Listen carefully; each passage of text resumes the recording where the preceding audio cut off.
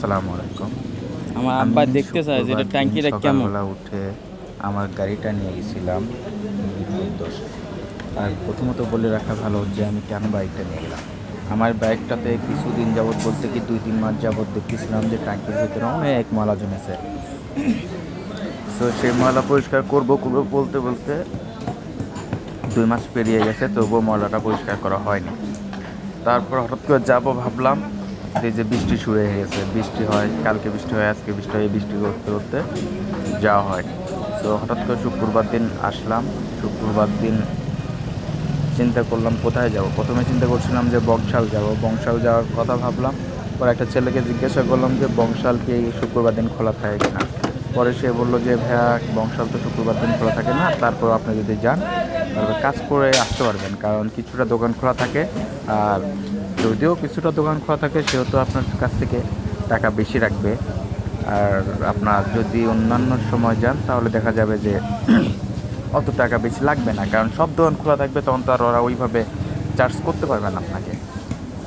তো আমি চিন্তা করলাম কোথায় যাওয়া যায়। হঠাৎ পুরোটা করে বাইক যদি ভাই মনে আমি পড়লো যে স্টিকার একদিন করা কত একটা টাকা লাগতে পারে ভিডিও দেখছিলাম, যে ভিডিওতে বলতেছিল যে মিরপুর আনুমানিক। বাইক কোর্টে নামে একটা জায়গা আছে। তো ওখানে গেলেও নাকি কাজ করা সম্ভব, ভালো কাজ করে ওনারা। পরে যে ভাবা সেই কাজ, চিন্তা করলাম ঠিকই যাই। সো সারা রাত্রের ভিডিওটা দেখেন এনে দেখলাম আমি নাটলা যে আছি কেমন ভিতরতে হাত কি দেন। জায়গাটা, কেমনে গেলে সুবিধা হবে, কিভাবে যাওয়া লাগবে, আর কোন জায়গা থেকে কাজ করলে ভালো হবে, এই সব কিছু নিয়ে চিন্তা ভাবনা করে পরে সকালবেলা আমি বাইকটা নিয়ে রওনা দিলাম। আর কীভাবে যেতে হবে সেটা বলে দিই।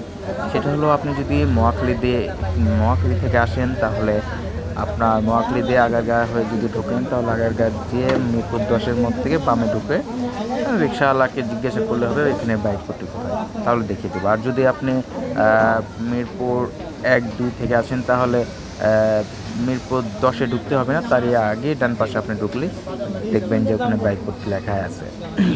আর যদি আপনি পল্লবী থেকে আসেন তাহলে সোজা এসে ডানে ঢুকে বামে ইউটার্ন নিলেই জিজ্ঞাসা করলে বলে দিবে যে বাইক ভর্তিটা কোথায়। তো সব দিক থেকে বলে দিলাম।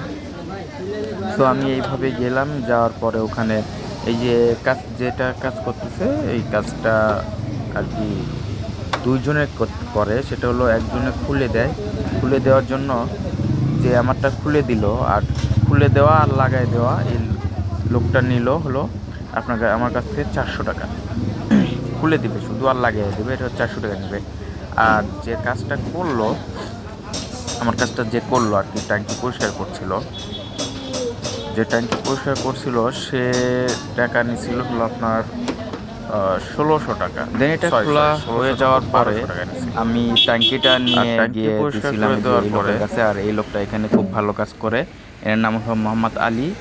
আমার ট্যাঙ্কিটা অনেক সুন্দর করে পরিষ্কার করছিল, আমার কাছে যতটা ভালো লেগেছিল আপনাকে কি বলবো, ভেতরে যে মনে হলো যে সে নিজের মনে করে ট্যাঙ্কিটা পরিষ্কার করে দিচ্ছে। কাঠ দিও কাঠ। হ্যাঁ এত সুন্দর করে ট্যাঙ্কিটা পরিষ্কার করছে অনেক।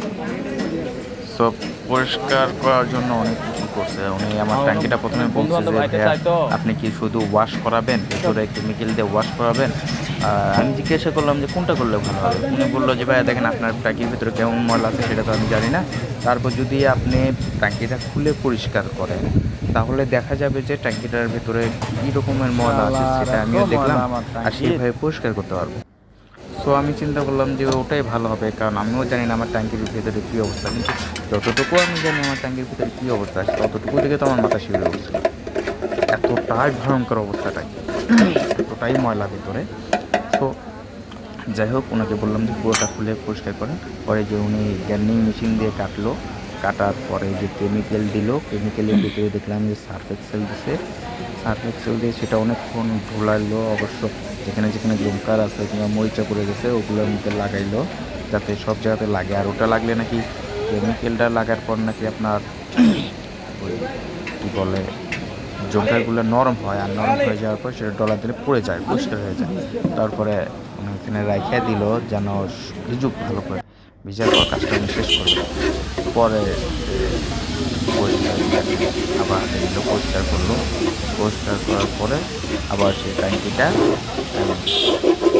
লাগাই নিল। আমার পরিষ্কার করে উনি বললো যে এখন আপনি লাগাই নিতে পারেন।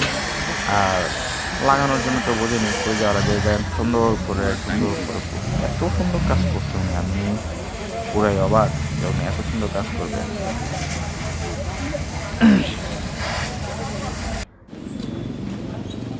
আমার আব্বা দেন দেখতে কাজ চায় শেষ যে হওয়ার পর ট্যাঙ্কিটা যে আবার কেমন। উনি আমার ট্যাঙ্কিটা লাগিয়ে দিচ্ছে, কমপ্লিট করে দিচ্ছে আর কি ট্যাঙ্কিটা। সো এখানে যাইতে পারেন আপনারা সবাই, গিয়ে ওনার কাছ থেকে কাজ করায় নিতে পারেন, ইনশাল্লাহ ভালো হবে। আর